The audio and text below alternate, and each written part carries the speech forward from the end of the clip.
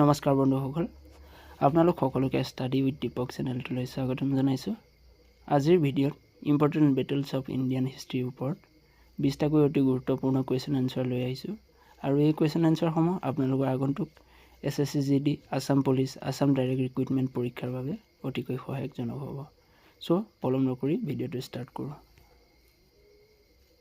Question number 1 হাইড্ৰাস্পেছৰ যুদ্ধ কোন বিজয়ী হৈছিল অপশনসমূহ দিয়া আছে আলেকজেণ্ডাৰ পুৰুষ অশোক জাহাংগীৰ ইয়াৰ শুদ্ধ উত্তৰ হ'ব অপশন এ আলেকজেণ্ডাৰ হাইড্ৰাস্পেছৰ যুদ্ধত আলেকজেণ্ডাৰ জয়ী হৈছিল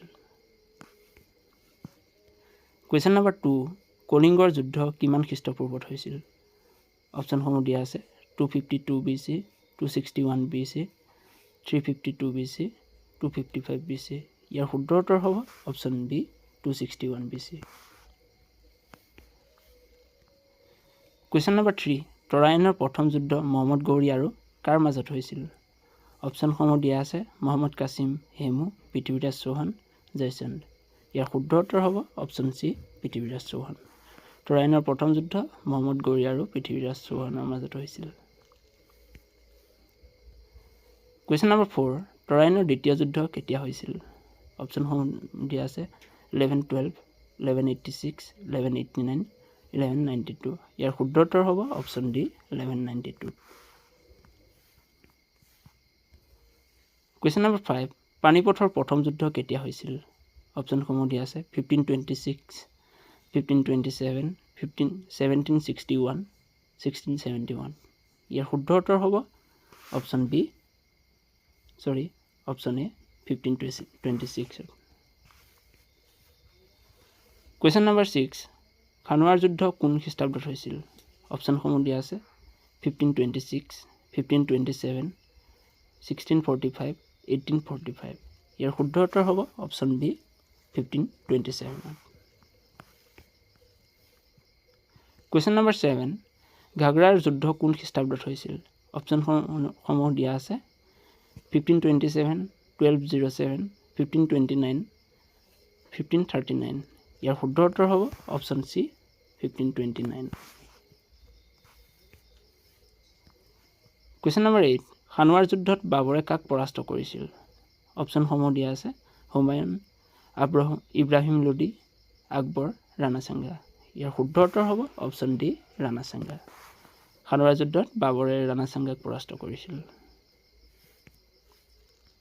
Question number 9 কনৌজ বিলগ্ৰামৰ যুদ্ধ কোন খ্ৰীষ্টাব্দত হৈছিল অপশনসমূহ দিয়া আছে 1540 1556 1755 1506 ইয়াৰ শুদ্ধ উত্তৰ হ'ব অপশন এ 1540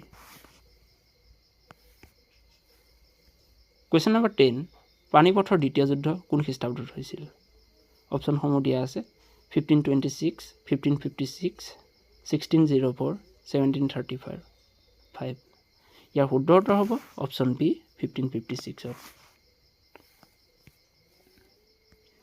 Question number 11 পানিপথৰ দ্বিতীয় যুদ্ধ আকবৰ আৰু কাৰ মাজত হৈছিল অপশনসমূহ দিয়া আছে ৰাণা প্ৰতাপ হুমায়ুন হেমু মোহাম্মদ লোডি ইয়াৰ শুদ্ধ উত্তৰ হ'ব অপশন সি হেমু পানিপথৰ দ্বিতীয় যুদ্ধ আকবৰ আৰু হেমুৰ মাজত হৈছিল Question number 12 তালিকতৰ যুদ্ধৰ ফলত কোন সাম্ৰাজ্যৰ অৱনতি ঘটিছিল অপশনসমূহ দিয়া আছে মোগল মাৰাঠা ভৌম বিজয়নগৰ ইয়াৰ শুদ্ধ উত্তৰ হ'ব অপশন ডি বিজয়নগৰ সাম্ৰাজ্য তালিকতৰ যুদ্ধৰ ফলত বিজয়নগৰ সাম্ৰাজ্যৰ অৱনতি ঘটিছিল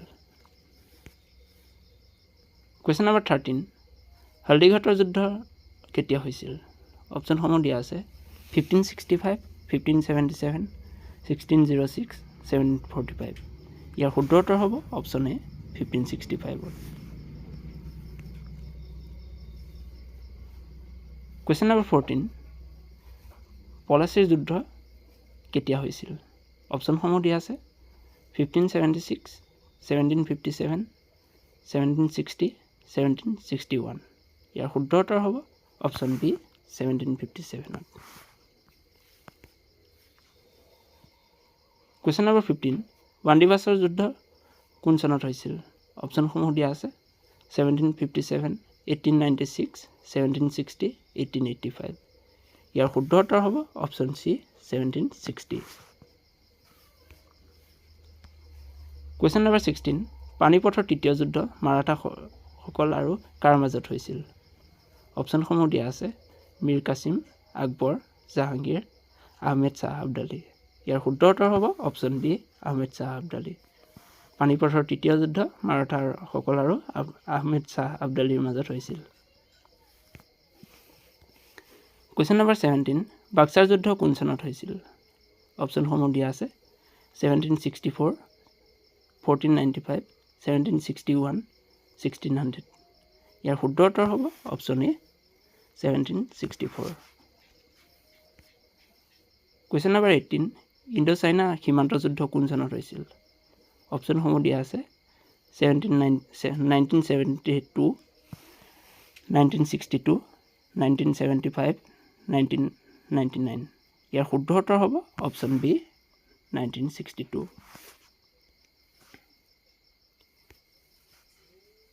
কুৱেশ্যন নম্বৰ 19. কলিংগ ৰাজ্যৰ বৰ্তমান নাম কি? অপশ্যনসমূহ দিয়া আছে কৰ্ণাটকা, পাঞ্জাৱ, ওড়িশা, উত্তৰ প্ৰদেশ. ইয়াৰ শুদ্ধ উত্তৰ হ'ব অপশ্যন চি ওড়িশা. কলিংগ ৰাজ্যৰ বৰ্তমান নাম ওড়িশা. Question number 20. বক্সাৰ যুদ্ধৰ সময়ত বংগৰ নবাব কোন আছিল? অপশ্যনসমূহ দিয়া আছে মীৰ জাফৰ, বাহলুল লোদী, জাহাংগীৰ, মীৰ কাছিম. ইয়াৰ শুদ্ধ উত্তৰ হ'ব অপশ্যন ডি মীৰ কাছিম. বক্সাৰ যুদ্ধৰ সময়ত বংগাৰ নবাব মীৰ কাছিম আছিল. আজিৰ ভিডিঅ'টো ইমানেই. যদি ভিডিঅ'টো ভাল লাগিলে তেনেহ'লে ভিডিঅ'টো লাইক কৰিব আৰু চেনেলটো ছাবস্ক্ৰাইব কৰিব. ধন্যবাদ.